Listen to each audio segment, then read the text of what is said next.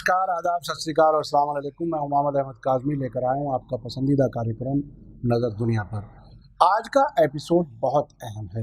Middle east के मुस्लिम मुल्कों में भारत के नागरिकों के ज़रिए मुसलमानों और इस्लाम मज़हब के ख़िलाफ़ नफ़रत फैलाने की ख़बरों के साथ वहाँ कुछ लोगों के ख़िलाफ़ होने वाली कार्रवाई की ख़बरें आप तक पहुँच रही हैं।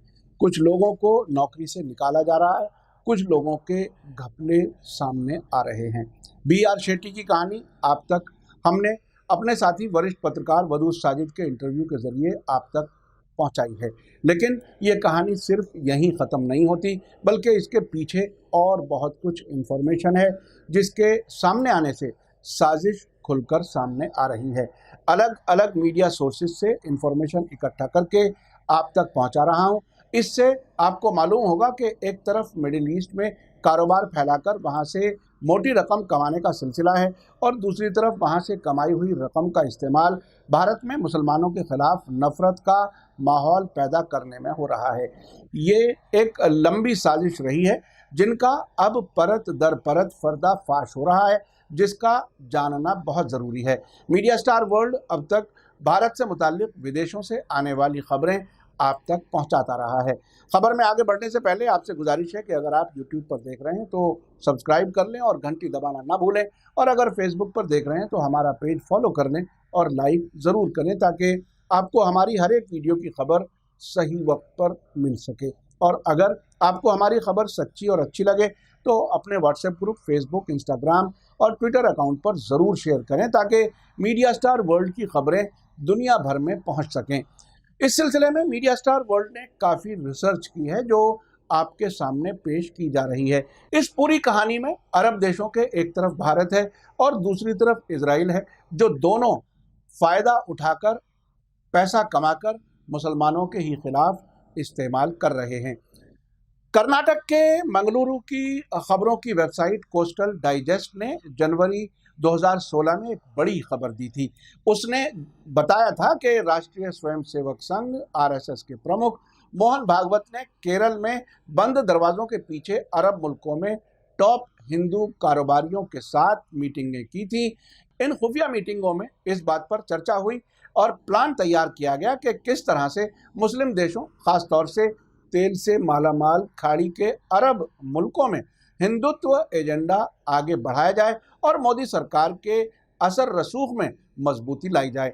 कोस्टल डाइजेस्ट ने 2016 में अपने भरोसेमंद सोर्सेज के हवाले से इस खुफिया मीटिंग का पर्दाफाश करते हुए लिखा था कि RSS प्रमुख मोहन भागवत ने मीटिंग में मौजूद दर्जन भर NRI बड़े कारोबारियों से अरब मुल्कों में संगठन के एजेंडे को बढ़ाने के लिए मदद मांगी थी। इस बैठक में UAE के MMC हेल्थ ग्रुप के फाउंडर और chief executive officer doctor B.R. Shetty, UAE exchange के head Sudhir Kumar Shetty, Nest Builders के MD और chairman N. Balakrishnan, JR Aerolink के मैनेजिंग डायरेक्टर अनिल पिल्लई और NMC ग्रुप के CEO प्रशांत मंगत का खास तौर पर नाम लिया जा सकता है, जिन्होंने भागवत से ज़रूरी इंस्ट्रक्शन हासिल की थी। इनमें से सबसे अहम नाम भारतीय मूल के अरबपति कारोबारी B.R. शेट्टी का था, जो आजकल वहां से फ्रॉड का पर्दाफाश होने के बाद भारत आए हुए हैं। शेट्टी यूनाइटेड अरब एमिरेट्स में सबसे बड़ी health care company NMC health के फाउंडर और CEO हैं। उनके बारे में मशहूर है कि 70 की दहाई में वे जब मेडिकल रिप्रेजेंटेटिव के तौर पर अपने कैरियर की शुरुआत के लिए दुबई पहुंचे थे तो उनकी जेब में सिर्फ $8 थे। 2019 में फोर्ब्स ने उन्हें $3.15 अरब की प्रॉपर्टी का मालिक बताया था। RSS पिछले कई वर्षों से मिडिल ईस्ट के मुस्लिम मेजॉरिटी वाले मुल्कों में अपना असर बढ़ाने और हिंदू कारोबारियों को संगठित करने की कोशिश कर रहा है। RSS प्रमुख मोहन भागवत ने इन अरबपति कारोबारियों से संघ परिवार के जरिए चलाई जा रही ऑर्गेनाइजेशंस को फाइनेंशियल हेल्प देने की भी अपील की थी।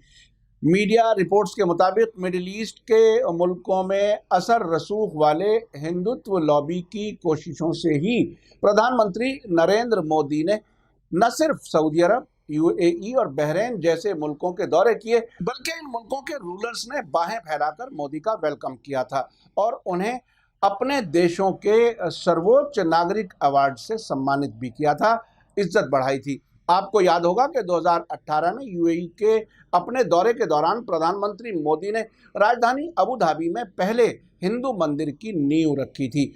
खाड़ी के अरब मुल्कों में भारत का असर ऐसे वक्त में बढ़ रहा था जब भारत में 2014 में मोदी की लीडरशिप में भारतीय जनता पार्टी की सरकार के बनने के बाद से भारतीय मुसलमानों पर हमलों में गैर मामूली बढ़ोतरी हो रही थी और उनके बेसिक राइट्स को छीने जाने की साजिश रची जा रही थी। 2019 में मोदी सरकार ने जम्मू कश्मीर को खास दर्जा देने वाली धारा 370 को ख़त्म कर दिया और मुसलमानों के साथ भेदभाव करने वाले नागरिकता के कानून CAA को पास किया। उसके बाद पूरे मुल्क में NRC लागू करने का ऐलान कर दिया गया, जिससे ये समझा गया कि करोड़ों मुसलमानों की नागरिकता दांव पर लग रही है। हालांकि बाद में गृह मंत्री अमित शाह और प्रधानमंत्री नरेंद्र मोदी के इस सिलसिले में अलग अलग किस्म के बयानात सामने आने से और कन्फ्यूज़न बढ़ा। कोरोना महामारी शुरू होने तक मुल्क भर में CAA और NRC और नेशनल पॉपुलेशन रजिस्टर के खिलाफ महीनों से प्रोटेस्ट जारी थे, लेकिन इसके साथ ही खाड़ी के इन मुल्कों में अपनी पैठ मजबूत कर चुकी हिंदुत्व लॉबी ने उसे समझने में किसी हद तक गलती कर दी और उसके कई लोगों ने इन मुल्कों में बैठकर ही सोशल मीडिया पर मुसलमानों और इस्लाम मजहब के खिलाफ प्रोपेगेंडा शुरू कर दिया। शायद उन्हें लगा कि अब वो बहुत मजबूत हैं और अब उनका कोई कुछ नहीं बिगाड़ सकता। आपको साथ ही बता दूं कि खाड़ी के अरब मुल्कों ने कारोबार और मजहब के मामले में कुछ उसूल अपनाए हुए हैं। इन मुल्कों की सरकारों ने इन उसूलों का सख्ती से पालन भी किया है। इनमें से एक ख़ास उसूल यह है कि कारोबार में मजहब की बुनियाद पर किसी के साथ भेदभाव नहीं किया जाएगा। इस तरह से ये मुल्क दुनिया भर के इन्वेस्टर्स का भरोसा जीतने में कामयाब रहे।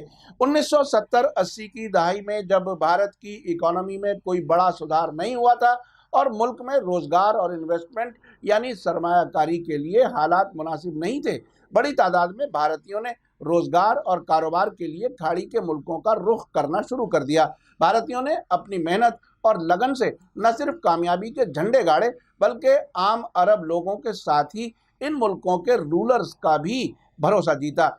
इस वक्त इन अरब मुल्कों में तकरीबन 85 लाख भारतीय काम करते हैं, जिनमें एक बड़ी तादाद हिंदुओं की है। भारत में एजुकेशन, तकनीक और कारोबार में मुसलमानों के पिछड़े होने की वजह से उनकी ज़्यादा तादाद इन मुल्कों में भी मजदूरी और छोटे मोटे काम करती है, जबकि हिंदू बड़ी बड़ी कंपनियों की बड़ी पोजीशंस पर हैं और उन्होंने कई मल्टीनेशनल कंपनियां भी बना ली हैं। 2018-19 में भारत और खाड़ी के 6 मुल्कों संयुक्त अरब इमारात, सऊदी अरब, ओमान, कतर, कुवैत और बहरीन के बीच तकरीबन 121 अरब डॉलर का कारोबार हुआ, जो पूरी दुनिया के साथ भारत के कुल कारोबार का 17.6% है। संयुक्त अरब अमारात और सऊदी अरब भारत के तीसरे और चौथे सबसे बड़े कारोबारी साझेदार हैं। यूएई भारत में 10 बड़े इन्वेस्टर्स यानी निवेशकों में से एक है। इन अरब मुल्कों में काम करने वाले भारतीय नागरिक हर साल 55 अरब डॉलर से ज़्यादा फॉरेन एक्सचेंज स्वदेश भेजते हैं, जबकि सभी मुस्लिम मुल्कों से स्वदेश भेजी जाने वाली रकम 120 अरब डॉलर है। विदेशी मीडिया में ऐसी चर्चा है कि ऐसी हालत में जब इन अरब मुल्कों के अक्सर शहरियों ने और यहाँ तक के सरकारी जिम्मेदारों ने कभी RSS का नाम तक नहीं सुना होगा या उन्हें इस ऑर्गेनाइजेशन के बारे में ज़्यादा जानकारी भी नहीं रही होगी। RSS केडर कारोबार और बॉलीवुड के ज़रिए से अरब मुल्कों में अपने पैर फैला चुका है और अपनी जड़ों को मजबूत करने में लगा हुआ है। इस सिलसिले में 2018 में एक सीनियर कश्मीरी जर्नलिस्ट अब्दुल मजीद जरगर ने कश्मीर वॉच मैगजीन में एक आर्टिकल लिखकर खाड़ी में RSS की सांठगांठ से पर्दा उठाया था। जरगर ने लिखा था कि तेल से मालामाल खाड़ी के अरब मुल्कों में कारोबार और सेवा क्षेत्र पर नेशनलिस्ट हिंदुओं की मोनोपोली है। उनमें से अक्सर साउथ इंडियन, गुजराती और महाराष्ट्र के हैं। इसके अलावा पूरे मिडिल ईस्ट में हीरे और कीमती पत्थरों के कारोबार पर गुजराती लोगों का कंट्रोल है। जरगर ने लिखा था कि ये वही लोग हैं जो आरएसएस और उसके दूसरे संगठनों की रीढ़ की हड्डी हैं। यही वो लोग हैं जो इन मुल्कों में लगातार अपना और सीक्रेट तरीके से आरएसएस का असर बढ़ाने की कोशिश कर रहे हैं।